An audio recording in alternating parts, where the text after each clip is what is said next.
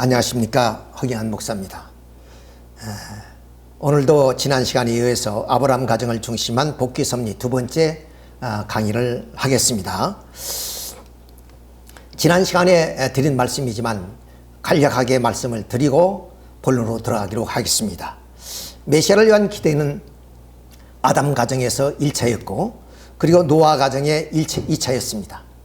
그러나 아브라함 가정은 3차만이기 때문에 반드시 이 상징 헌제를 성공시켜야만 했습니다. 근데 결과적으로 아브라함이 비둘기 하나를 쪼개지 아니함으로 인해서 이 상징 헌제는 실패로 돌아오고 말았습니다.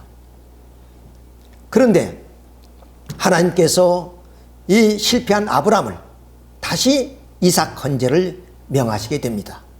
이미 우리는 원리를 통해서 알다시피 하나님의 섭리사에서 한 번 실패한 인물을 다시 등용시키지 않습니다. 그런데 어떻게 실패한 아브라함을 다시 이삭 헌제를 드리게 한 이유가 무엇이냐? 이미 그것은 지난 시간에 말씀을 드렸기 때문에 약하기로 하고, 이 아브라함이 이삭 헌제를 드리는 그 이유가 무엇인가 한 내용을 말씀드려야 되겠습니다. 그것은 첫째로서 이 아브라함이 실패한 아브라함, 그 실패한 아브라함을 실패하지도 않았던 입장으로 돌이켜 놔야 되겠고, 더 나아가서는 종적으로 연장된 섭리가 연장되지도 않았다는 입장으로 돌이켜 놔야만 했습니다. 이 말씀은 다시 말씀드리면 뭐냐? 바로 아브라함이 상징 헌제에 드리기 이전의 입장으로 되돌리는 것입니다. 왜냐하면 말씀드린 것처럼 아담이 1차고 노아가 2차, 3차만에는 반드시 이 뜻을 이루어야 될 입장이 있기 때문에 결과적으로 아브라함이 상징 헌제를 실패했습니다. 그러니까 실패하지도 않은 입장, 그리고 연장되지도 않았던 입장을 세우는 것은 다시 말씀드려서 아브라함이 상징 헌제에 드리기 이전으로 되돌리는 것입니다. 그런 하나의 목적을 두고 바로 이 아브라함으로 하여금 백제에 난 독자 이삭을 헌제에 드리도록 했던 것입니다.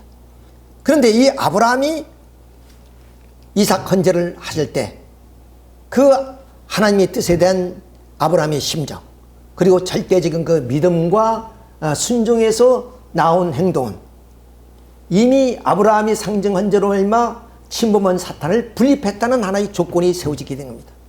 더욱이 그럼 이삭은 상당한 연령에 달했음에도 불구하고 아버지 앞에 절대적으로 순종했기 때문에 이렇게 아브라함과 이삭은 결국 개체는 다르지만 하나님의 뜻을 중심해서 한 몸을 이룬 것과 같은 입장에 있기 때문에 결국 이 아브라함과 이삭은 2대가 아니라 1대로 볼 수 있게 됐다는 것만입니다. 다시 말씀드려서 아브라함이 실패했지만 이삭이 성공하면 한 몸을 이뤘으니까 또 아브라함이 성공이 되는 것이고, 그것이 이삭으로 연장돼도 아브라함을 중심해서 이루어졌다는 입장에 서게 된 것입니다. 이것이 바로 이삭 헌제의 목적입니다.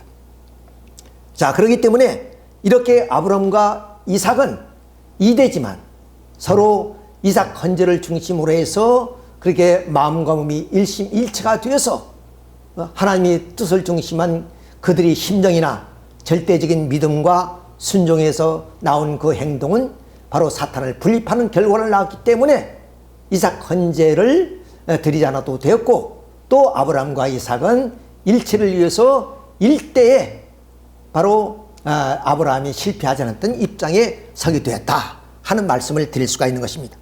이로 인해서 결국에 이삭 헌제의 결과는 사탄을 분립했고, 그로 인해서 결국 실수 이전의 입장으로 복귀된 그런 상태에서 아브라함이 천적인 사명을 바로 이삭에게 인계할 수 있게 되었고, 또 그 이삭도 말씀드린 것처럼 상당한 연령에 달했음에도 불구하고 절대적으로 믿음과 순종을 이뤘기 때문에 그 아브라함으로부터의 그러한 천적인 사명을 인수받게 되었다 하는 것을 우리가 알 수가 있습니다. 자, 이렇게 사명을 이어받은 그런 이삭은 결국에 수풀에 걸려있는 그 양을 잡아다가 결국에 이 이삭을 중심해서 바로 하나님 뜻맞게 이 양을 드렸기 때문에 결국 아브라함 가정에서 이삭 헌재는 성공하게 되었습니다. 말씀드린 것처럼 이삭이 성공하면 그 한 몸을 이룬 아브라함이 성공이기 때문에 아브라함 가정에 이 믿음의 기대가 이루어졌다. 이렇게 우리가 볼 수가 있는 것입니다. 이렇게 해서 결국 아브라함 가정에 이 믿음의 기대가 세워졌기 때문에 이제는 실체의 기대를 이루면 메시아를 위한 기대가 세워지게 됩니다. 그리고 그 실체의 기대를 이루기 위해서는 이제 이삭을 중심, 아버지 중심에서 여기에 바로 야곱과 에서의 형제가 세워지는데 야곱은 아벨의 입장이요 에서는 바로 가인의 입장입니다. 따라서 실제 현재의 중심이 야곱이 되기 때문에 이 야곱은 실체 현재의 중심 인물이 되기 위해서는 바로 아벨의 입장을 탕감복귀해야 된다는 것입니다. 우리가 아담 가정에서 알다시피 아담 가정에서는 아벨이 직접 상징 헌제를 드렸기 때문에 자연적으로 실체 헌제의 중심 인물이 되었습니다. 아벨이. 노아 가정에서는 노아가 상징 헌제를 드렸기 때문에 실체 헌제의 중심 인물이 되어야 될 함은 노아와 심정적 일체의 불가분의 관계를 갖는 믿음을 세워야 했던 것처럼 바로 이 야곱도 아벨의 그런 입장을 탕감복귀하기 위해서는 그의 탕감복귀의 길을 걸어가야 된다 하는 얘기가 되겠습니다. 그러면 이 야곱이 그의 삶을 통해서 어떻게 아벨의 입장을 확립하게 되는가 한 것을 우리가 다음 같은 내용을 통해서 자세히 살펴보도록 하겠습니다. 아까 말한 이삭의 아들이 야곱입니다. 근데 그 야곱이 쌍태예요. 그 야곱은 동생이고 그리고 에서는 형인데 이 이삭의 어머니 리브가 이삭이 부인이죠. 그러니까 야곱의 어머니인데 야곱의 어머니 리브가가 임신을 했어요. 그 임신을 했는데 그 이제 아마 이 뱃속에서 발길질도 하고 이렇게 좀 뭔가 정상적이 않은 그런 그 상태였던가 봐요. 그래서 여호와께서 그에게 이르시되 너 태속에 두 국민이 있구나. 두 민족이 내 복중에서부터 나누리라. 이 족속이 저 족속보다 강하겠고 큰 자가 어린 자를 섬기리라 하셨느니라. 자, 그러니까 이게 쌍태가 있다는 얘기입니다. 그래서 쌍태가 태어났죠. 근데 이 장자가 에서인데 장자가 찾아 야곱을 섬기겠다. 이런 말씀이에요.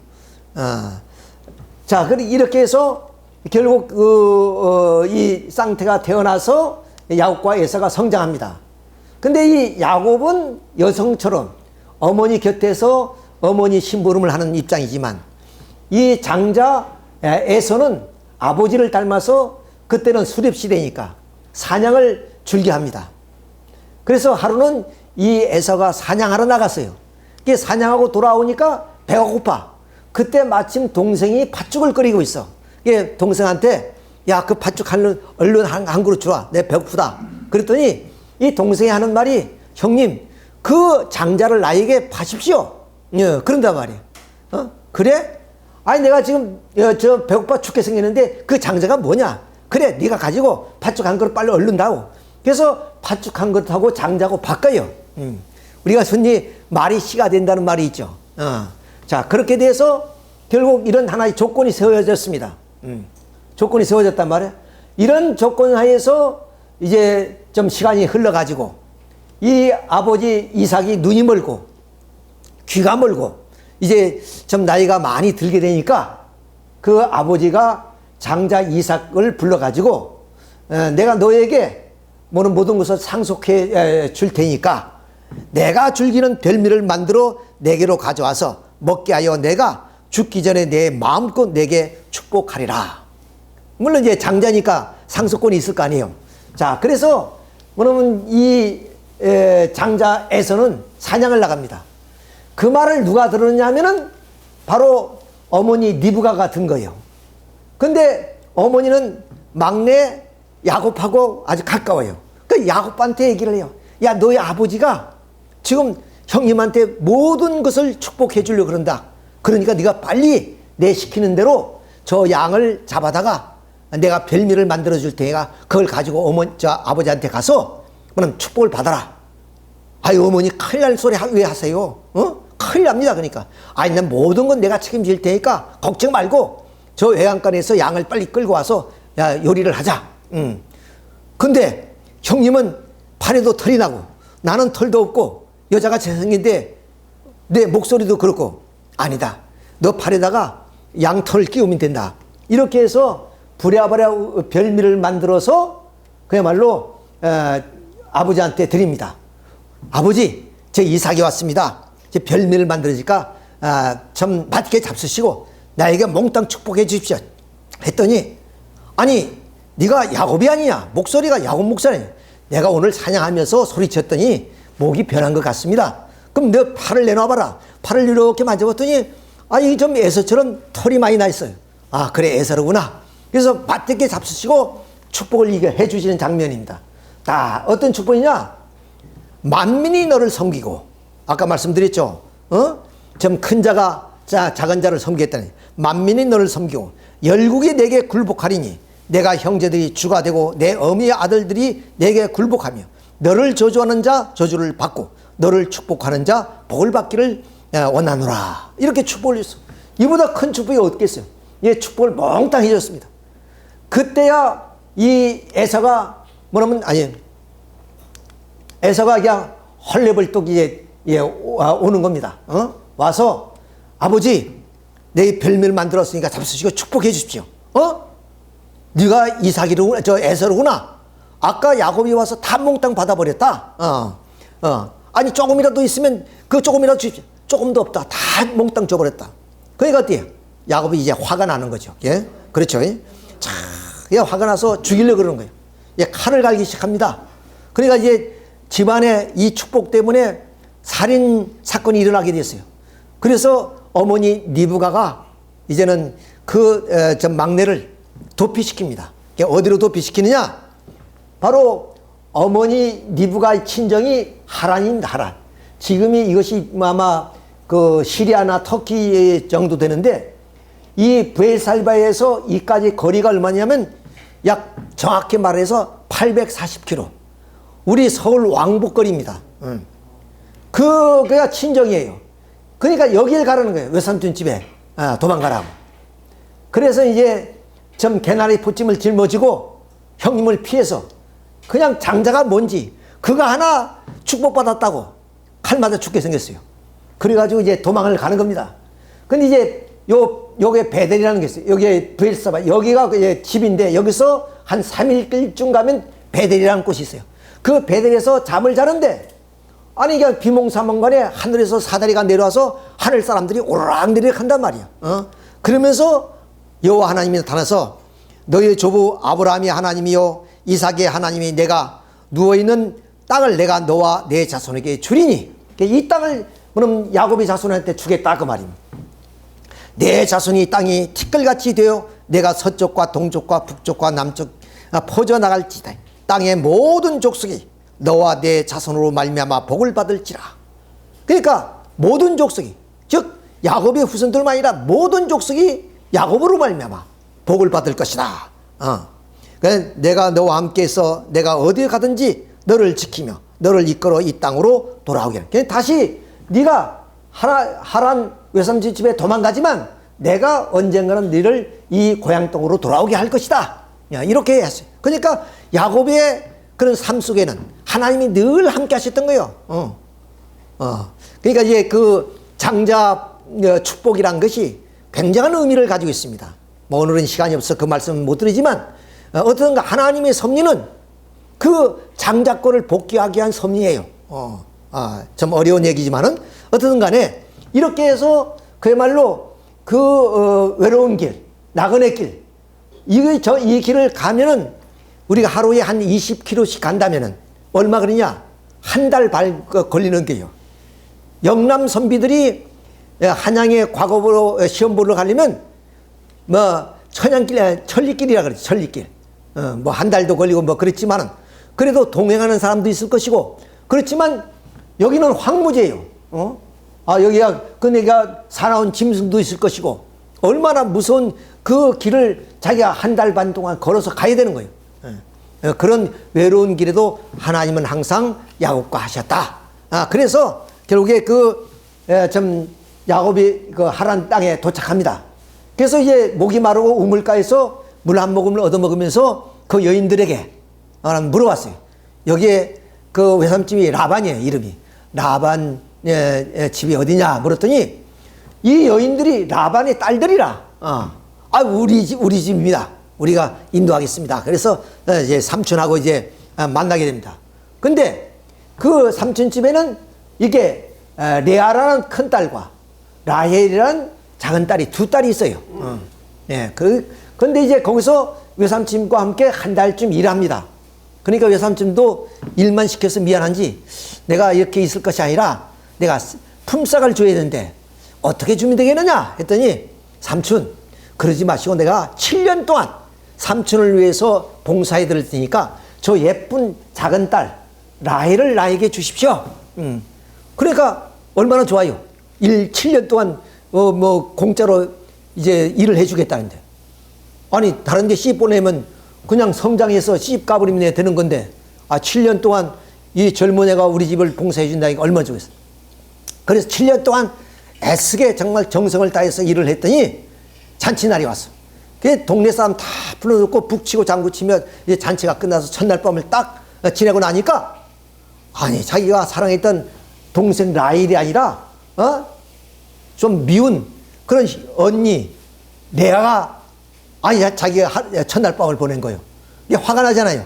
그래서 삼촌한테 가서 따집니다. 삼촌 이럴 수가 있습니다. 난 레아를 사랑했고 레아하고 내가 결혼하겠다고 했지 라헬하고 결혼하겠다고 레아하고 결혼하려고 한 거 아닙니다 했더니 아니다. 사정이 그렇다.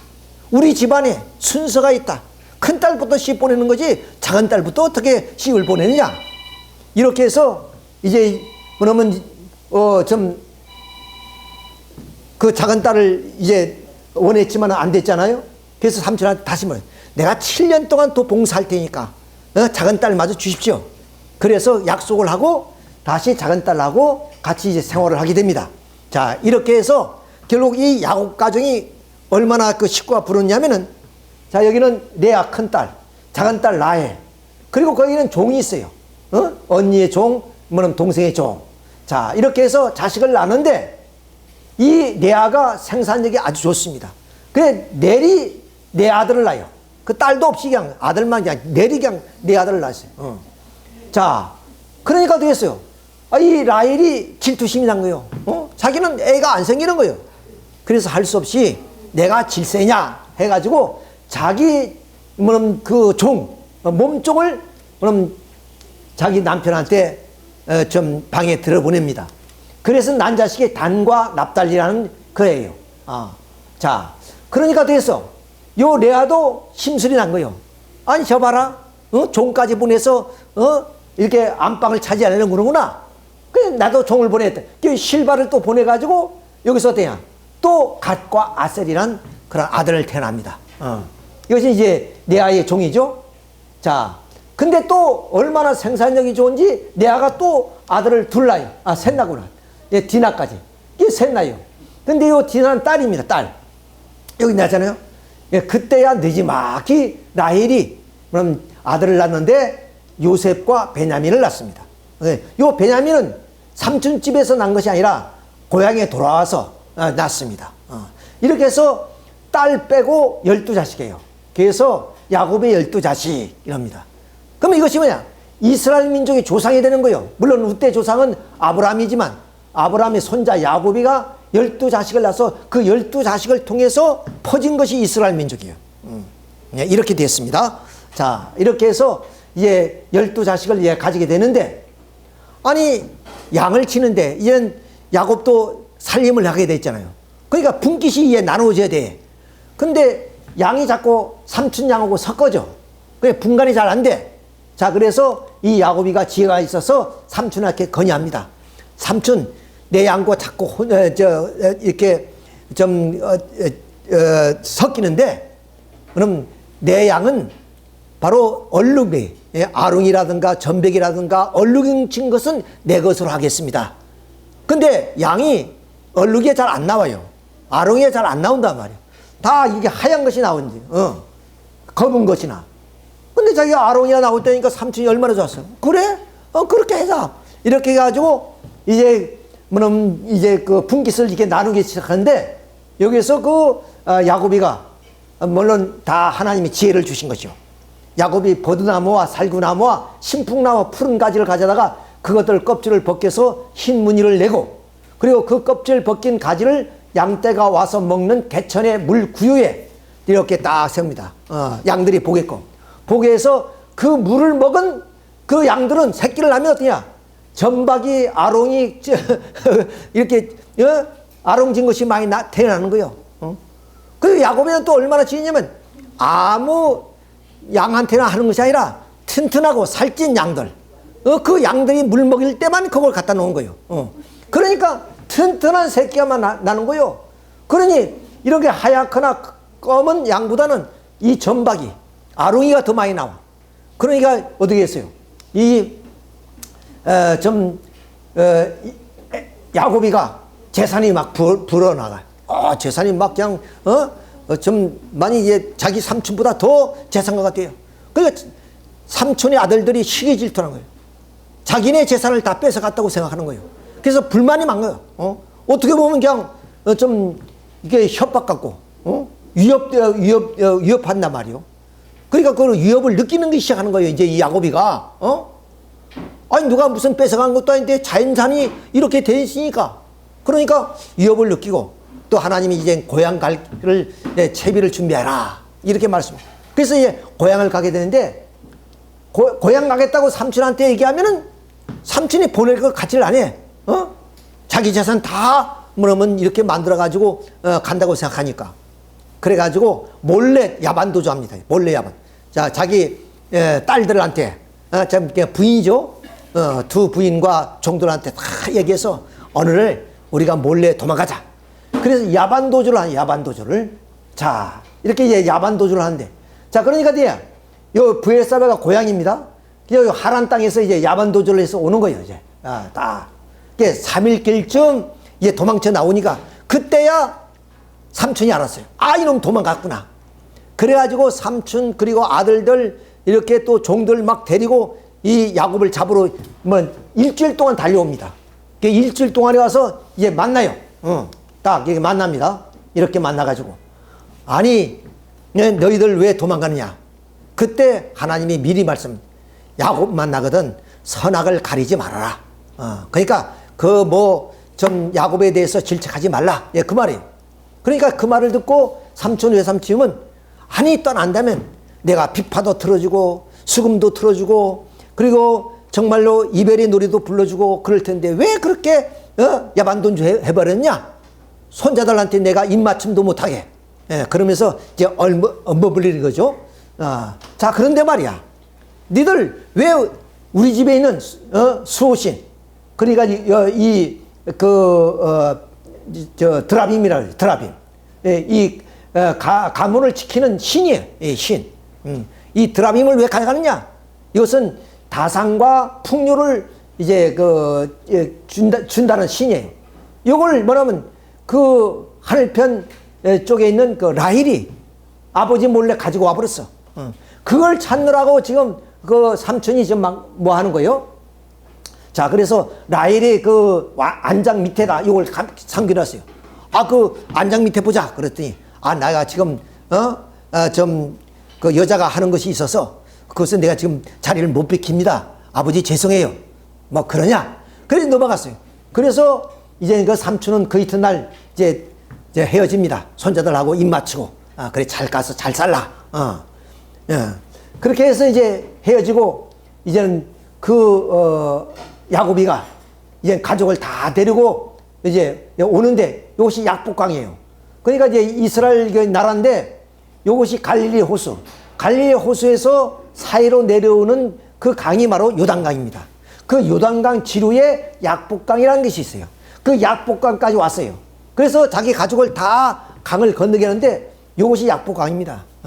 그러니까 이건 이 열대지방이니까 그렇지 이건 우리나라 개울만도 못한 강이에요, 사실. 저도 요단강을 가봤는데 요단강 건너가 만나리 뭐 이런 노래가 있잖아요. 그 요단강이 얼마나 큰지 뭐 뛰는지 나는 한강을 생각해 봤어요.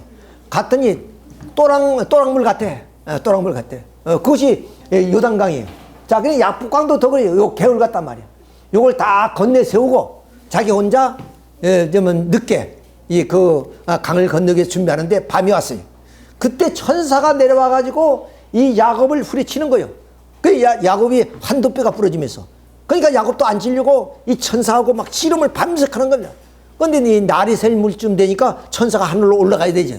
야, 손 놔라. 나 이제 빨리 가야 돼. 안 됩니다. 응? 내가 절대로 놓을 수 없어요. 나한테 내가 이겼다는 징표를 주시오. 그랬더니 천사가 하는 말이, 너 이름이 뭐냐? 야곱이랍니다. 이제부터 야곱이라 부르지 말고 이스라엘이라 하라. 이스라엘이라는 말은 승리했다는 말이에요.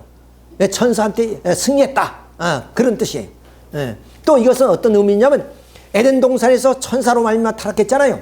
그 천사로 인해서 하나님이 주신 이 모든 우주 만상을 다 주관하는 주관권, 이것을 사탄에게 뺏겼단 말이에요.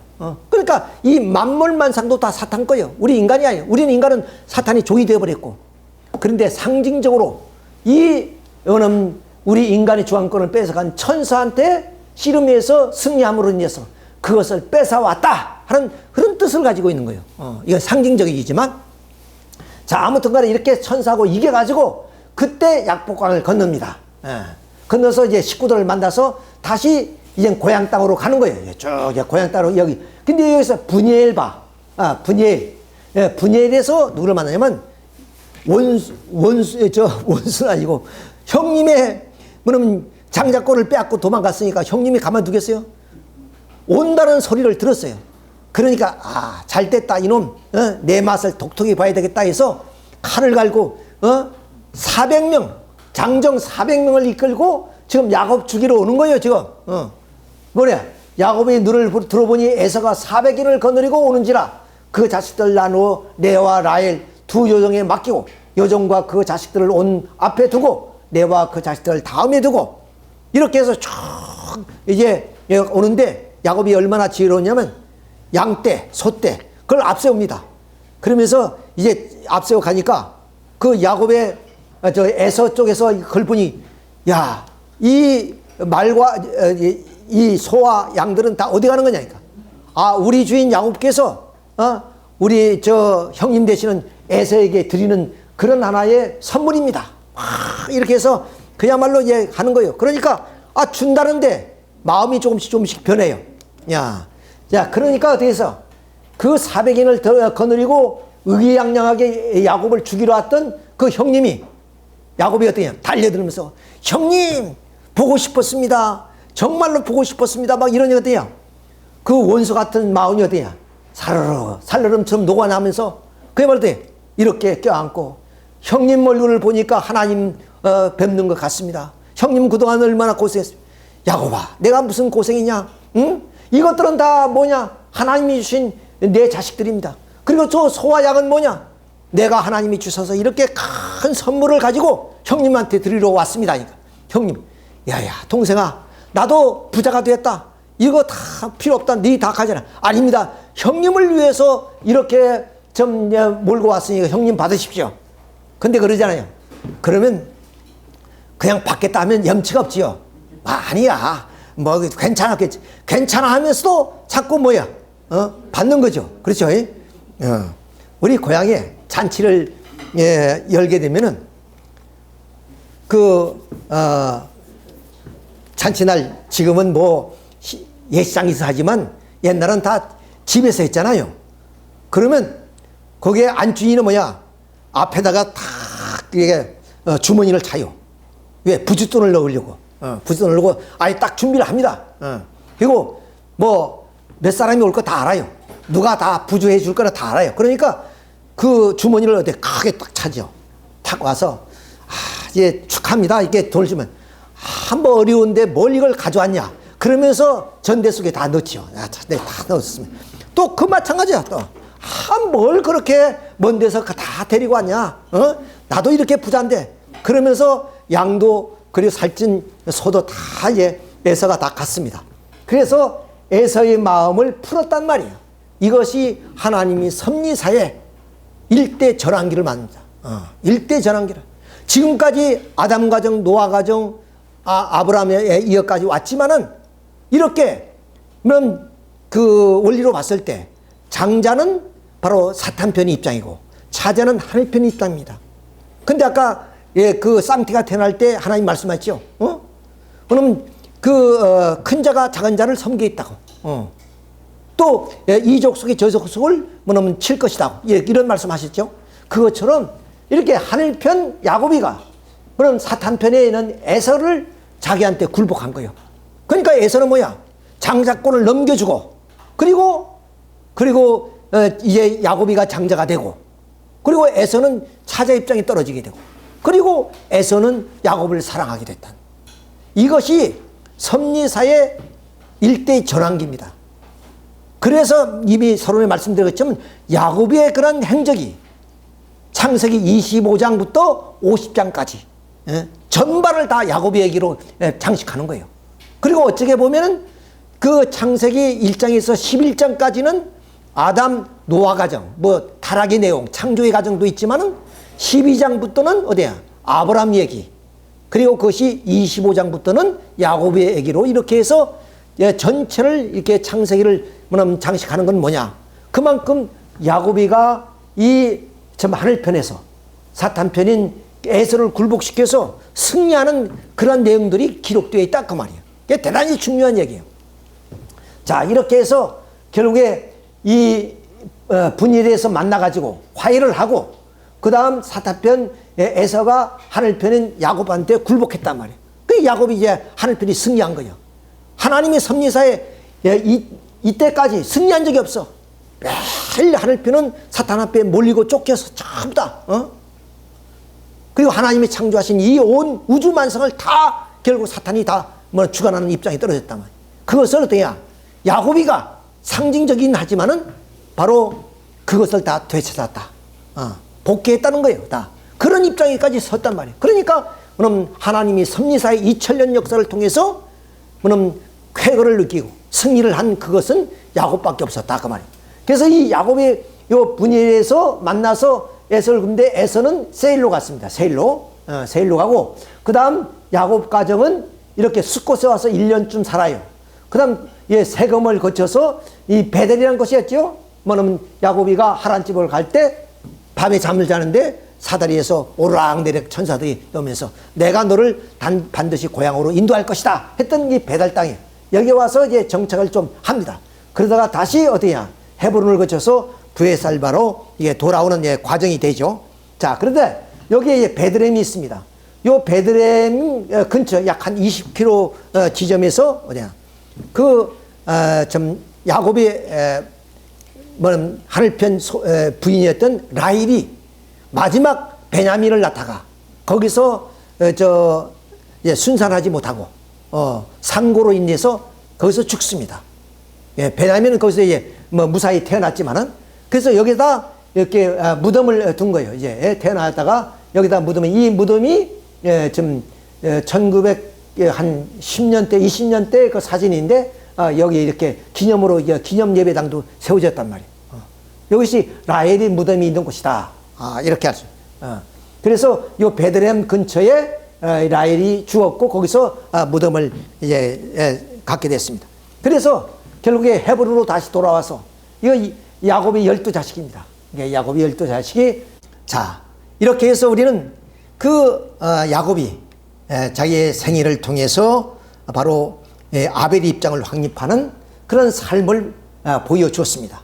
그 첫째가 무엇입니까? 바로 형님과 떡과 팥죽으로 장자 기업을 샀다는 것이고 그리고 또한 참 어머니 도움으로 인해서 그 아버지로부터의 하나님의 축복을 참 장자 입장에서 받았다는 하나의 사실입니다. 그리고 두 번째로서는 바로 외삼촌집 바로 하란에 가서 21년 동안 그러한 좀 고역의 생활을 하면서 좀 처자를 얻고 그리고 많은 재물을 얻음으로써 결국에 좀 장자 기업을 복귀하는 하나의 조건을 세우게 되었습니다. 그리고 인류 역사 속에서 인간의 타락으로 사탄이 좀 주관해야 될 인간이 오히려 사탄의 주관을 받는 그런 입장에 떨어지고 말았습니다. 따라서 이 타락한 세계에서 야곱은 최초로 이 천사의 씨름에서 승리함으로 말미암아 그럼 이스라엘이라는 칭호를 받으면서 이런 참 주안권을 회복하는 그런 하나의 조건을 세우게 됐던 것입니다. 자, 이로 인해서 결국 이 야곱은 아벨의 입장을 확립했기 때문에 결국 이 에서는 가인의 입장에서 결국 참 야곱을 사랑하고 그를 중보를 통해서 그에게 순종을 해서 하나님의 뜻을 이뤄나가는 타락성을 벗는 탕감 조건을 이미 우리는 참 보았습니다마는 이렇게 에서는 야곱을 하화해서 결국 형제간에 서로 우애를 다지게 됐다. 이는에서 하나님의 섭리사 최초로 이렇게 참 이 실천지의 중심 인물과 가인의 입장에는 에서가 하나가 됨으로 말미암아 하나님의 섭리사에 최초로 메시아를 위한 기대가 아브라함 가정에 세우게 되었다는 얘기입니다. 그로 인해서 결국 이 아브라함 가정에 메시아가 오게 되는 것입니다. 그러나 실제로 메시아는 그 당대에 오지 않았습니다. 그 이유가 무엇이었느냐? 바로 아담 가정에서는 아담 가정밖에 없기 때문에 아담 가정에서 메시아를 위한 기대를 세우면 메시아가 강림할 수가 있습니다. 또 노아 가정도 홍수 심판으로 노아 가정밖에 남지 않았기 때문에 그 노아 가정에서 메시아를 위한 기대를 세웠다면 또 그 가정에서 메시아가 올 수 있었습니다. 그러나 이미 아브라함 가정에는 많은 종족들이 그런 민족을 이루고 있습니다.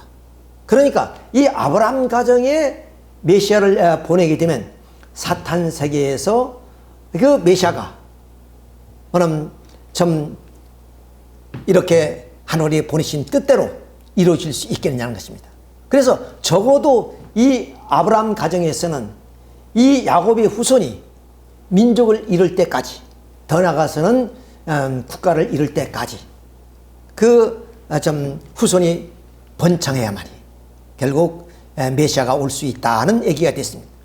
결과적으로 결국 2000년 이후에 예수님이 이스라엘 민족을 통해서 오시게 되는 것을 우리는 알고 있습니다. 자, 그러면 이제 메시아를 위한 그 기대를 어떻게 민족적으로 확대시켜 나가느냐 하는 문제를 다시 한번 말씀을 드리도록 하겠습니다. 말씀드린 것처럼 아담 가정에서 결국에 가인과 아벨이 좀 이렇게 타락성을 벗는 탕감 조건을 세워야 되는데 가인이 아벨을 살해함으로 해서 아담 가정이 실패했고 노아 가정에는 셈과 함이 또한 가인과 아벨의 입장에 서야 되는데 함이 실수로 말미암아 노아 가정에 메시아를 위한 기대가 실패됐기 때문에 3차 만인 아브라함 가정을 중심해서 아브라함이 상징언제를 뜻맞게 드렸다면 바로 이삭이 실체언제의 중심이 되고 이삭을 중심해서 타락성을 벗는 탕감 조건을 세워야 되는데 아브라함이 상징언제 실패했기 때문에 결국 이삭 헌제를 드리게 되는 겁니다. 따라서 그 이삭 헌제가 성공했기 때문에 이제는 아브라함에서 이삭으로 그런 섭리는 연장이 되었고 그 이삭을 중심해서 에서와 야곱으로 이렇게 분립이 되어서 야곱이 말씀드린 것처럼 바로 좀 메시아를 위한 실제 헌제의 중심 인물을 확보했기 때문에 이 에서가 바로 좀 야곱에게 순종 굴복해서 타락성을 벗는 탕감 조건을 세웠기 때문에 결국에 이 야곱을 중심해서 그럼 아브라함, 이삭, 야곱 3대가 하나가 되어서 결국 이 메시아를 위한 기대를 하나님의 섭리사 최초로 이루어지게 되었다 하는 얘기가 됐습니다. 그래서 아브라함과 이삭과 야곱은 서로 개체는 다르지만 뜻을 중심해서 한 몸을 이뤘기 때문에 이것을 일대로 보는 것입니다. 그래서 하나님은 그 모세에게 바로 나는 내 조상 하나님, 아브라함이 하나님, 이삭이 하나님, 야곱이 하나님이라 하는 이유가 바로 여기에 있습니다. 이만큼 하나님의 섭리사 중에서 이 야곱의 승리 또는 아브라함과 이삭의 헌재의 그런 승리가 결국에 하나님의 섭리를 새롭게 이제 좀 진행해 나갈 수 있는 그런 하나의 기반을 닦게 되었다. 따라서 이 아담부터 아브라함까지 2000년 기간은 결국에 이 아브라함 한 가정을 찾아 세우기 위한 하나님의 섭리였다라는 얘기가 되는 것이고, 그리고 아브라함 비록 실패했지만 이삭 헌재의 성공을 알마 바로 아브라함, 이삭, 야곱은 바로 개체는 다르지만 뜻을 중심해서 한 몸을 이뤘기 때문에 그것은 아브라함 일대의 뜻이 이루어졌다고 이렇게 우리가 볼 수 있는 것입니다. 그래서 아브라함을 중심한 섭리는 실패하지도 않았고 연장되지도 않았다는 조건 속에서 야곱의 승리로 말미암아 바로 이 아브라함 가정을 중심한 메시아를 위한 하나의 믿음의 기대와 실체 기대가 이루어지게 되었다는 말씀을 드릴 수가 있는 것입니다. 따라서 이러한 메시아를 위한 하나의 가정적 기대 후에 이제 말씀드린 것처럼 이 야곱을 중심으로 해서 바로 민족이 형성될 때까지 하는 국가를 세워서 메시아를 맞이해야 됩니다. 그런데 여기서 아브라함이 상징한 제 실수에 의해서 하나님이 이방에 객이 되어서 바로 좀 종노릇을 하게 될 것이라는 말씀을 하시는데, 그러면 그 죄는 누구에서부터 출발되느냐? 그것은 하나님의 섭리를 보게 되면은 바로 이 하나님의 섭리의 실제 현재의 중심 인물이 오늘 모든 탕감 조건을 세우고 탕감의 길을 가게 됩니다. 아담 가정에서는 아벨, 노아 가정에서는 함, 그리고 아브라함 가정에는 이삭, 또한 이삭 가정에서는 야곱이 되기 때문에 야곱을 중심으로 해서 결국 아브라함이 상정한 제 실패에 대한 그런 하나의 탕감 노정을 걷게 되는데, 이 야곱 가정 가운데 12자식이 있는데 그 12자식 가운데서 하늘편 그런 레아, 라헬의 소생인 요셉을 통해서 결국에 이 아브라함이 상정한 제 실수로 한 탕감 노정을 걷게 되는 것입니다. 자, 그러면 이 요셉이 어떻게 그런 탕감 노정을 걷게 되는가 한 것을 우리가 또 자세히 살펴보도록 하겠습니다. 자, 이제 야곱이 아까 헤브론에서 정착했죠. 12자식이. 자, 그런데 이제 그 11번째 아들이 요셉입니다. 아까 베냐민은 어머니가 낳다 죽었죠. 근데 이건 11번째예요. 근데 11번째를 너무나 사랑했어요, 야곱이가. 그러니까 그때 성서에 보면 채색 옷을 입혔다 그랬습니다. 너무나 사랑하니까. 그래, 시장에 가도 누구 자식 옷만 요셉의 옷만 구해서 온 거예요. 그러니까 형님들은 질투가 나는 거예요. 이 막내 도성이 하나님이 아버지 사랑을 독차지하니까 미운 거예요. 지금 미운다. 근데 이 형제들이 이제 멀리 어디냐, 이제 양을 치러 갑니다. 근데 이 야곱이가 꿈을 잘 꾸요. 꿈을. 아니, 우리가 밭에서 곡식단을 묶었더니 네 단을 일어서고 당신 단들은 다 네 단을 둘러서 절하리다. 아니, 네 단이란 게 뭐야? 네 볏집. 요 네 볏집인데 요 네 볏집이 형님들 볏집들이 다 나에게 절을 한다. 이게 절을 한다. 그러니까 형님들이 더 기분 나쁘죠. 그렇지 않아도 아버지가 이 요셉만 사랑해서 채색꽃도 입히고 그러는데, 아니, 이 꿈을 꿔는데 이 꿈이 뭐냐? 아니, 자기 동생한테 다 절을 한다는 거예요. 그리고 또 꿈을 꿔는데 뭐냐? 이제 좀 해와 달과 별들이 다 나에게 절을 합니다. 그러니까 아버지가 너에게 절을 한단 말이냐? 이런 게 꾸짖습니다. 어떻든 간에 이렇게 이제 꿈을 잘 꾸는 그런 요셉이가 이제는 형님들이 요 도탄이라는 곳에 양치러 갔습니다. 그러니까 요 헤브론에서 여기까지가 굉장히 멀겠죠. 자, 거기 이제 형님들이 어떻게 잘 있느냐 가봐라. 그래서 아버지 심부름을 거고 이제 갑니다. 딱 이렇게 해서 이제 가보니까 형님들이 계신다. 그 형님들이 잘 됐다. 이 기회에 우리 동생, 저 미운 동생, 미운 오리 새끼 저거 없애버리자. 이래가지고 공부를 해가지고 아니 구덩이를 파가지고 여기에 집어넣어버려요. 그러니까 어느 형제는 죽이자. 뭐 죽일 것까지 있느냐. 그냥 뭐 놔두자. 뭐 이렇게 지금 옥신각신해요. 그때 마침 어디야? 좀 아라비아 상인이 지나갑니다. 그러니까 여기서 저 상인한테 저거 이제 팔아버리자.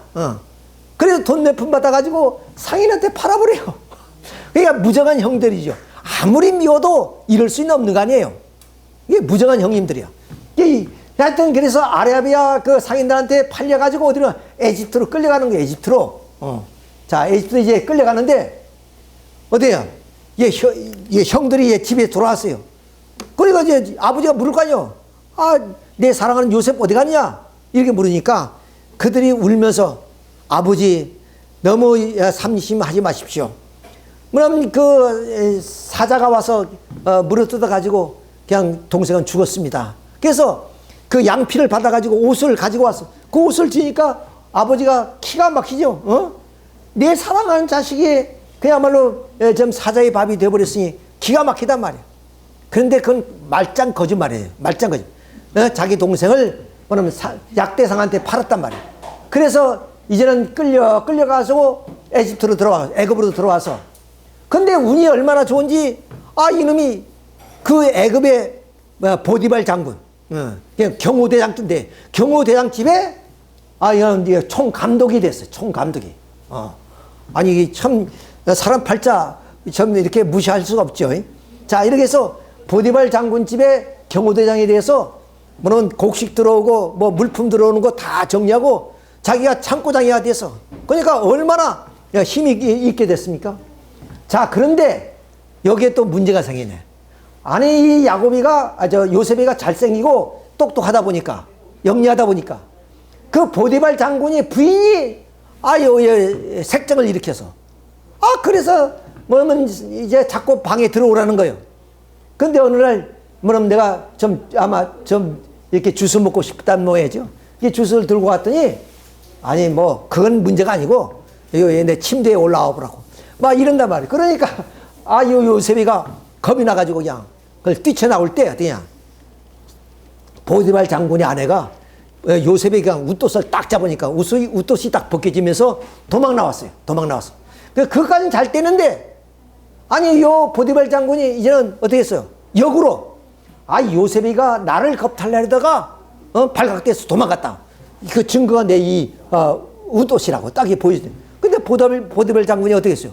요놈이 괘씸한 놈. 내가 좀 이렇게 좋은 자리에 앉혀주는데 요놈이 또 우리 집안에 문제를 일으켰구나. 그래서 감옥으로 보내왔어. 감옥에 들어가 있는데 이때 마침 누구야?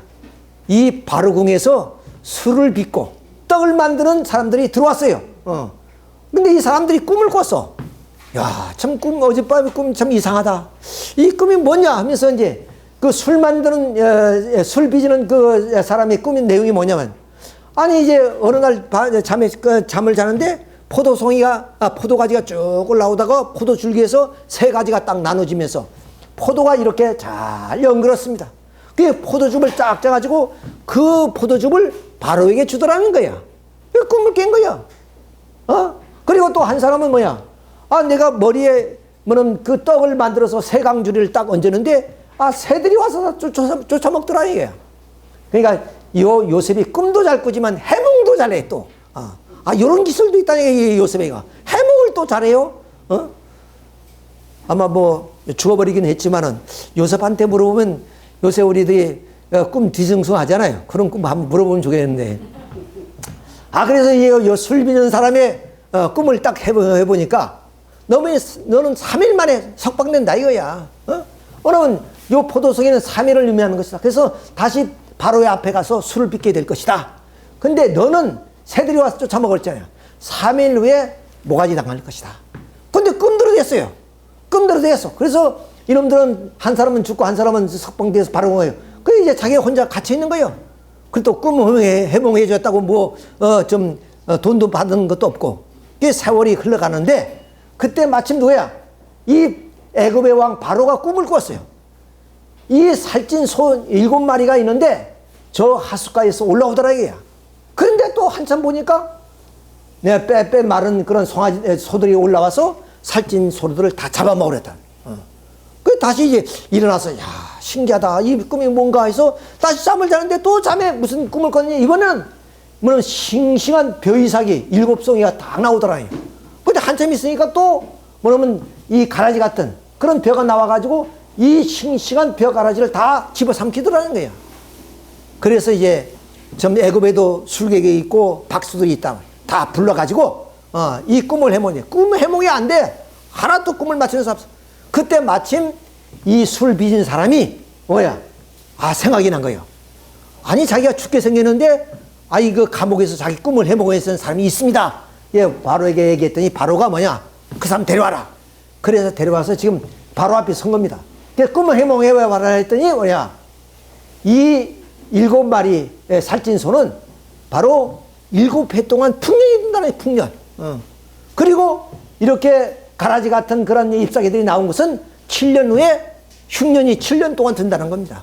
그러니까 대안이 없느냐 했더니 풍년이 들 7년 동안에 창고를 곳곳에 막 지어가지고 거기다 풍년된 그런 곡식을 다 들여놨다가 흉년 들면 그거 꺼내 먹으면 된다는 거예요.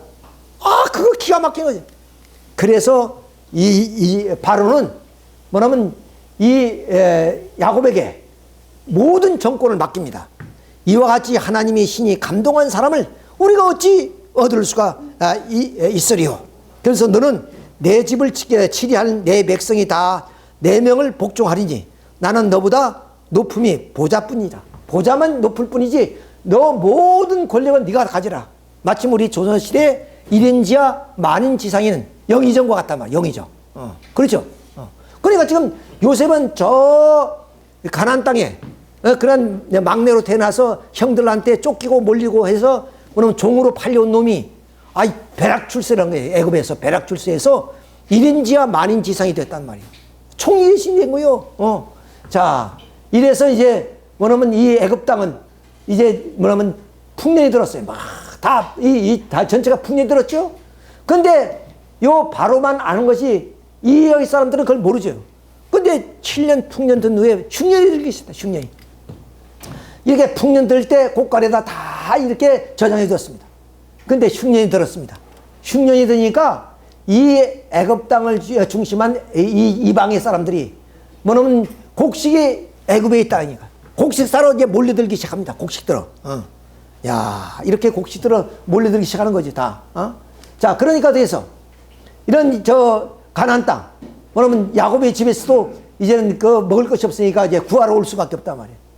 자, 이렇게 몰려드니까 이 야곱이가 이런 이 난민들입니다. 아예 이 사람들은 쌀 사러 오는 정도 아니고 이주해버리는 이주해. 예를 들어서 지금 아메리칸 드림처럼 애굽 드림을 가지고 또 옵니다. 애굽에 살아야 되겠다. 애굽이 이렇게 풍족한데 애굽에 살아야 돼. 애굽으로 지금 몰려드는 겁니다. 지금 다. 다 이렇게 몰려드는 거예요. 자, 그런데 아까 말씀드린 가나안 땅에도 야곱의 형님들, 야곱의 그 아버지 계신 그 아무리 땅을 파도 뭐는 흉년이 들었으니까 쌀 먹을 것이 없어. 그래도 우리도 이제 애굽에 쌀 사러 가야 되겠다. 야, 이렇게 해가지고 이제는 그 애굽에 이제 온 겁니다. 그 애굽에 와서 이제는 동생을 만나는데 이 형들은 동생인 줄 몰라요. 아니 동생이 뭐 종으로 팔리는데 뭐 이렇게 되려는. 근데 이 동생 요셉은 형들이라는 걸 압니다. 그래서 형들한테 이제 얘기를 하는 거예요. 너희들이 고향이 어디냐, 뭐 아버지가 있느냐, 동생이 어떠냐, 다 걔가 고향이 얼마나 그립겠어요. 벌써 17살 때 거기서 팔려가지고 이 총리 대신이 될 때가 30세야.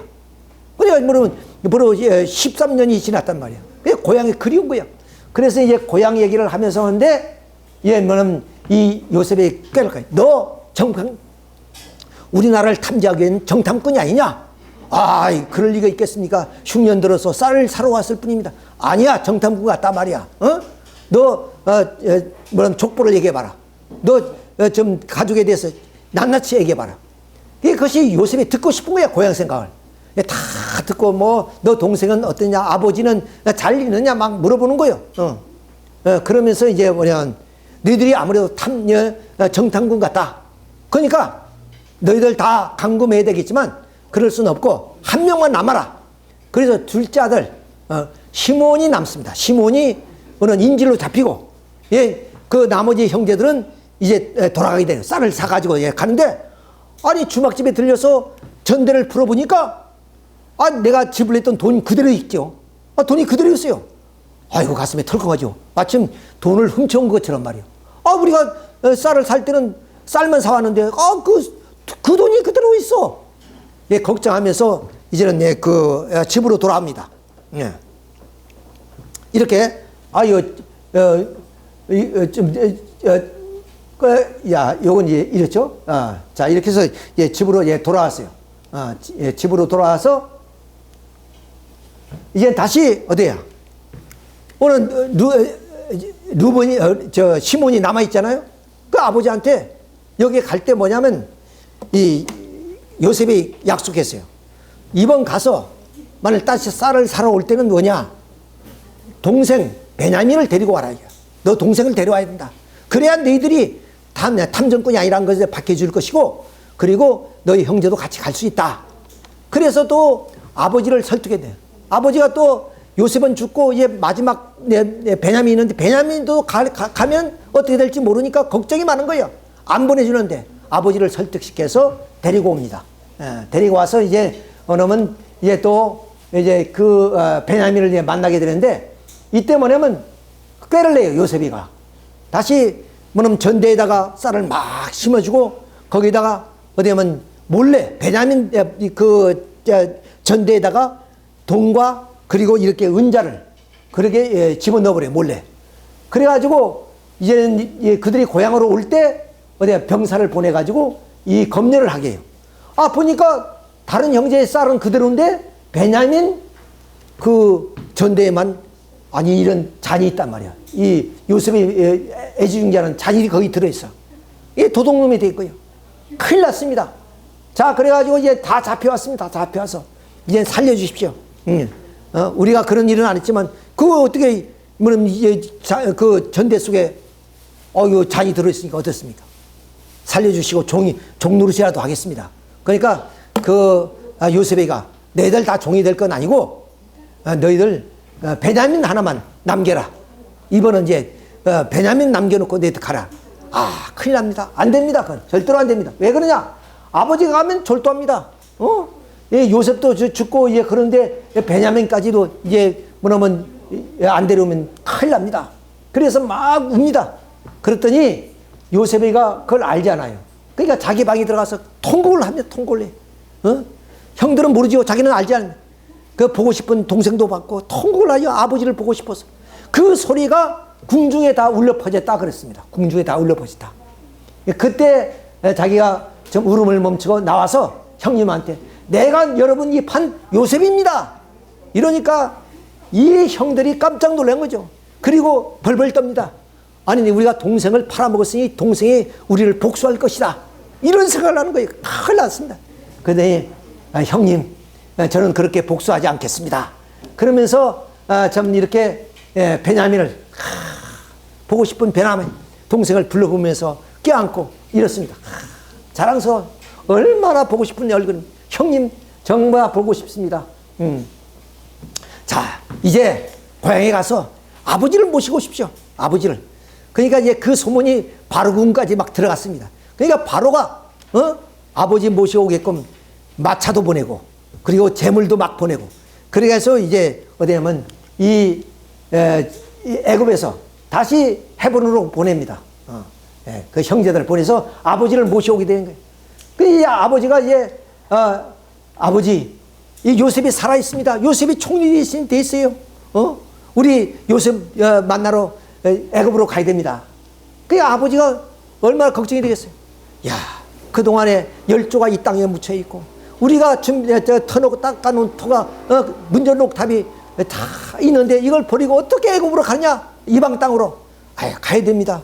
거기는 좀 풍족하고 그리고 베냐민도 거기 있고 가야 베냐민 만납니다. 막 설득시키는 겁니다. 지금. 자, 설득해서 이제는 그 마음을 놓고 그때 하나님이 나타나서 밤에 하나님 이상 중에 이스라엘에게 나타나시고 이스라엘이라는 것은 야곱을 말하죠. 나타나시고 불러 가라사대 야곱아 야곱아 하시는지라 야곱이 가로되 내가 여기 있나이다 하며 하나님이 가라사대 나는 하나님이라 내 아비의 하나님이니 애굽으로 내려가기를 두려워 말라. 애굽으로 가라. 자, 그래서 이제 그럼 전 하나님 말씀에 따라서 애굽으로 들어옵니다. 애굽이 들어오니까 이렇게 모든 것이 문물이 풍족해요. 자, 여기서 결국에 그리던 좀 11번째 아들 요셉을 만납니다. 얼마나 보고 싶은 얼굴이었어요. 죽은 줄 알았더니 이렇게 살아서 애굽의 총리 대신이 될 줄 알아요. 그래서 이제 그 아버지를 이제 애굽 왕 바로에게 인사시키러 갑니다. 그래서 바로가 야곱에게 묻습니다. 내 나이가 얼마냐? 이게 노인한테 물어요. 그랬더니 산전수전격로라고 130살이 됐습니다. 이게 130살이 들어온 거예요. 그래서 17년을 살다가 돌아가십니다. 147세에 돌아가시죠. 돌아가는데 어떻게 해야? 예, 요셉이 뭐냐면 이 야곱 땅, 애굽 땅에 들어와서 여기에 제사장 딸 아스낙하고 결혼합니다.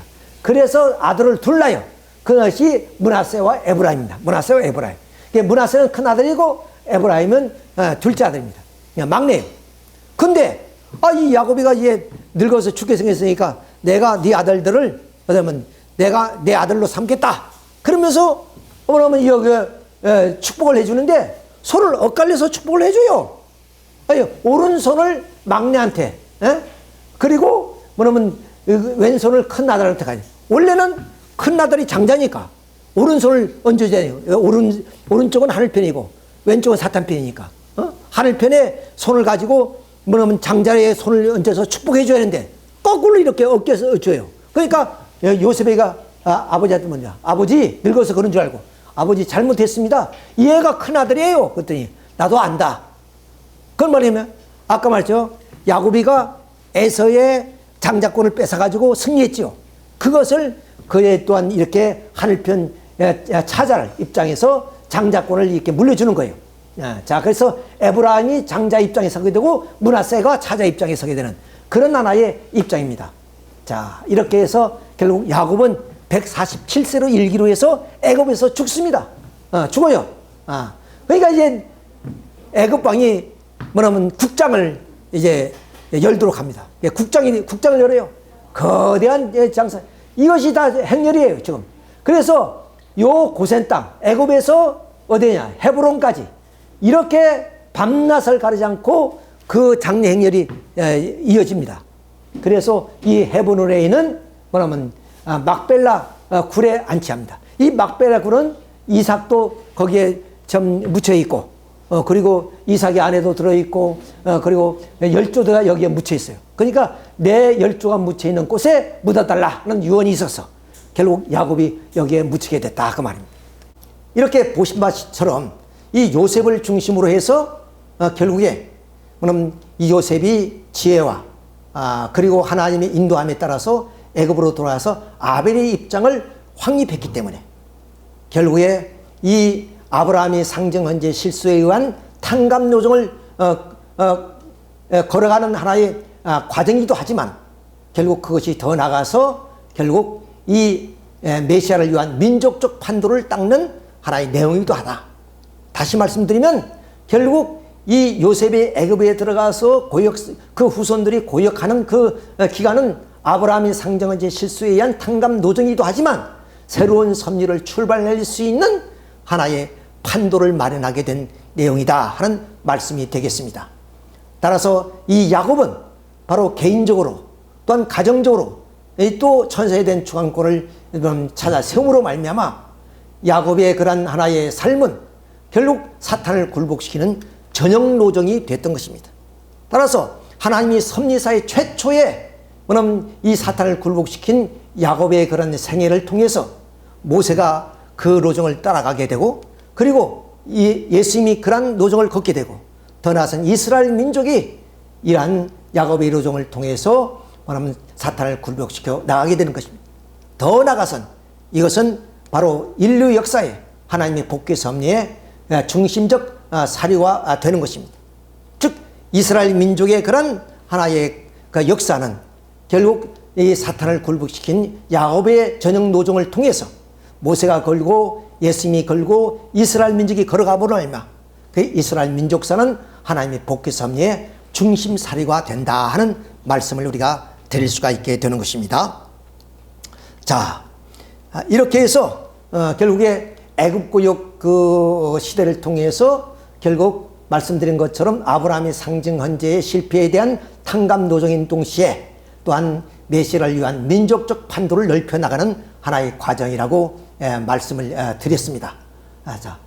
이로써 우리는 이 아브라함의 그런 좀 생애를 통해서 이루어놓은 그런 메시아를 위한 그 기대의 내용을 우리가 원리를 통해서 살펴보게 됐고, 이제 마지막으로 아브라함 가정이 보여준 우리에게 교훈이 무엇이었느냐 하는 것을 말씀드리고 말씀을 마치도록 하겠습니다.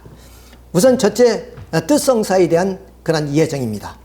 하나님은 반드시 모든 섭리를 하나님이 홀로 책임을 지시고 가시는 것이 아니라 반드시 인간 책임 분담을 통해서 그 하나님의 뜻이 이루어지게 되는 것입니다. 그러니까 아브라함을 중심한 하나님의 섭리도 결국 아브라함을 세우셨지만 아브라함 자신이 책임을 다하지 못하면 아브라함을 중심해서 그 뜻이 이루어질 수 없었던 것이었습니다.